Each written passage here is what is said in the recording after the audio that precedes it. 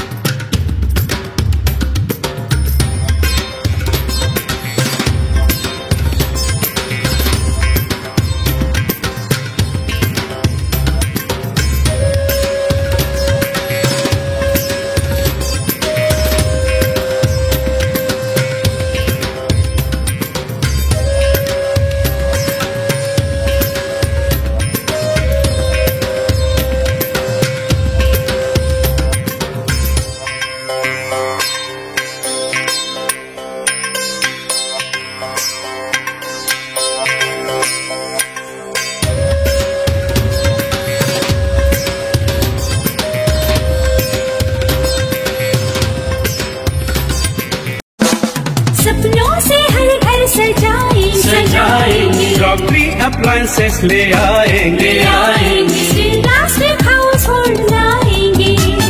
Presentation articles ले आएंगे। Sony gifts, Shalimar, Nashik.